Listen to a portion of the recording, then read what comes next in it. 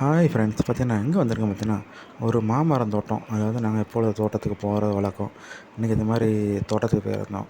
தோட்டத்துக்கு போய் ரொம்ப நாள் ஆச்சு. போய் பார்த்தா தோட்டத்தில் மாங்காய் சீசன் ஆரம்பிச்சோன்னா மாங்காய் ஏகப்பட்டது காய்ச்சி கிடந்தது. பார்த்திங்கன்னா அந்த தோட்டத்தில் அப்படியே சுற்றி பார்த்துட்டு அப்படி நம்மளுக்கு தேவையான மாங்காவையும் பறிச்சுட்டு அப்படியே வீட்டுக்கு வந்துட்டோம். டோட்டலாக பார்த்திங்கன்னா ஃபேமிலியாக போயிருந்தோம் இன்றைக்கி. எப்பொழுதும் தனியாக போவோம், இன்றைக்கி ஃபேமிலி டூர் ஆச்சு, தோட்டத்துக்கு போயாச்சு. நாங்கள் ஃப்ரெண்டு எல்லோரும் சேர்ந்து போய்ட்டு வந்தோம். பாருங்கள் நம்ம தோட்டத்தில் எப்படிலாம் மாங்காய் காய்ச்சி கிடக்குன்னு. அதாவது மாங்காய் குத்தகைக்கு விட்டாச்சு.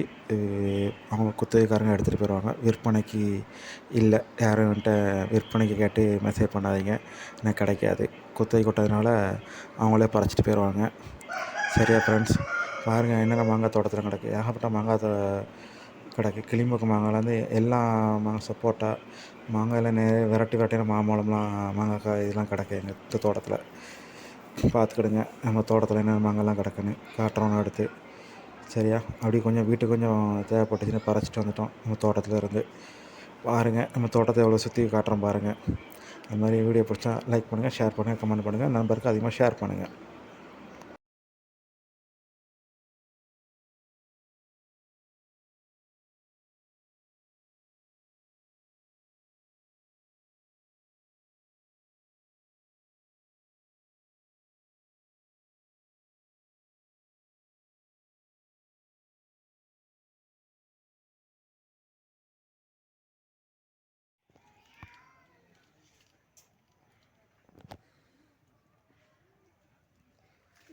இப்படி பண்ணி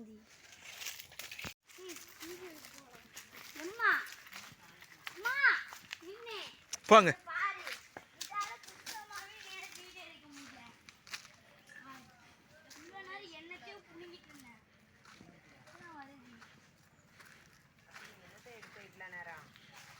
ஏய், இதான் என்ன கொண்டு வந்த மாம்பழம்.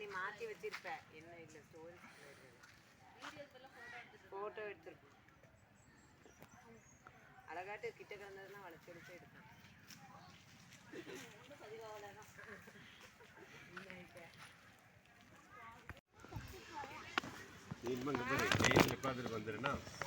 சரியா, சரின்னு சொல்லு. விளையாடலாம். டெய்லிங்க வாப்பா கூட அந்த தோட்டத்துக்கு வந்துரு. காலையில் அங்கே பயணி பிடிக்கலாம், நொங்கு பிடிக்கலாம், பயணி மாங்காய் எல்லாம் சேர்த்து சாப்பிடலாம்.